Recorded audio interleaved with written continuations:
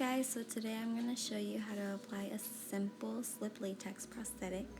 First you're going to start with some toner. You want to clean the surface of the skin so you have a fresh little canvas to work on. Then you're going to pull out your Prosthetic. I like to put it in a little cup on its own so I don't make a mess. And you can use it with the Q-tips, super easy, super simple. Then you're going to pick out the little piece that you plan on using. Apply a little bit of Prosthetic to the back of the piece. I like to do a thin layer, and then you're going to do the same thing to the skin. You're going to kind of treat it like an eyelash if you're familiar with that. Thin little layer, and then let it air dry till it's tacky. Make sure you get all the corners and the edges, kind of air dry. Then you're going to go ahead and apply it to the skin. Start with the center and then work your way out towards the edges. You really want to make sure everything is touching the skin so you don't have any little air bubbles or little pockets that may come up later in the future.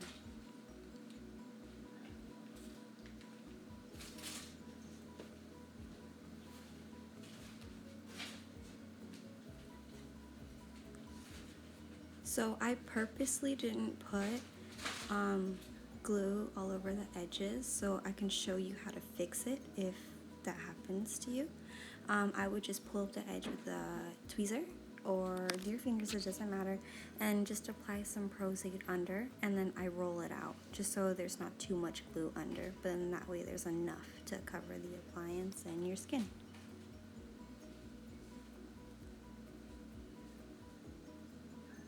I'm gonna just do this all over any corner that is lifted or looks like it doesn't have enough glue under it.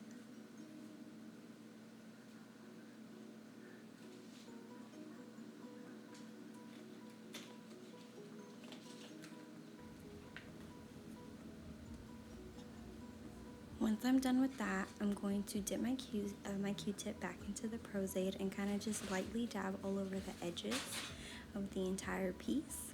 I do this to kind of push edges down, and then it kind of makes like a little layer to seal your edges on the edge.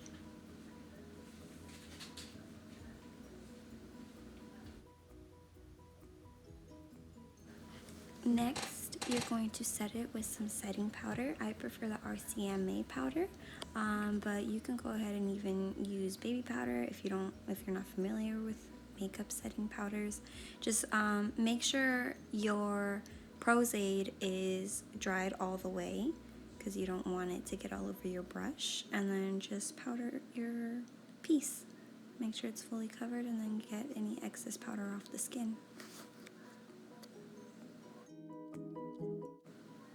Next, we're gonna color the piece. I'm just using a basic foundation for this tutorial. I'm trying to make it as simple as possible. The foundation that I'm putting on her arm is obviously way too light for her arm, but I know how to adjust the color, so I'm gonna do that. But I recommend you look for a specific foundation that will match whatever body part that you're trying to add this piece to.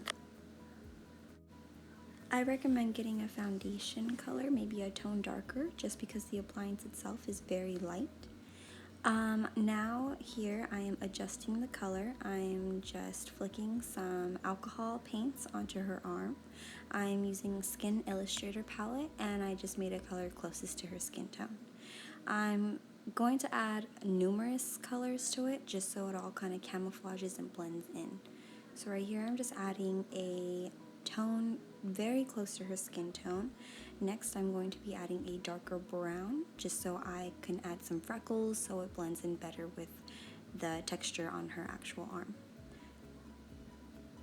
I didn't add it, but I also flicked some lighter colors onto there as well. Next, I will just dip my paintbrush in some red paint. I'm using alcohol colors in the Skin Illustrator palette again, but honestly for this part you could just use any red paint that you have. Even acrylic will be fine. I'm just painting it bright red just so the general color is there. I did get another brush and dip it into the red, but very lightly so it's not so heavy, and I'm kind of blending the edge the very edge of the slit out, just so the skin looks kind of irritated, because you know when you get cut it gets kind of red, and that's what happens naturally to the skin.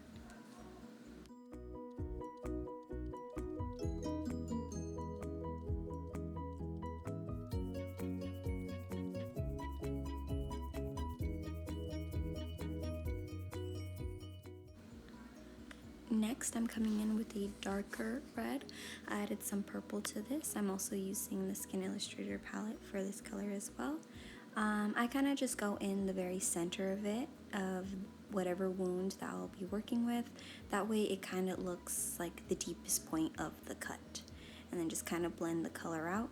And now for the fun part, we're going to add some blood. I'm just going to apply it with a little Q-tip, super simple. I do want to recommend, I don't show it in the video, if you're applying your blood and you notice that it starts to bead up, paint the thinnest little layer of dish soap onto it. It could be Dawn, it could be really anything, just dish soap. It prevents it from beading up. It really all depends on what kind of paints you end up using. Not all paints will make the blood bead up, but that happens just in case. So there's the finished product. I hope this video was helpful. Thank you so much for watching. If you have any questions or comments, feel free to comment down below. If there's anything else you would like to watch me apply or any other makeup looks, go ahead and comment and I'll check them out, and I'd love to do them.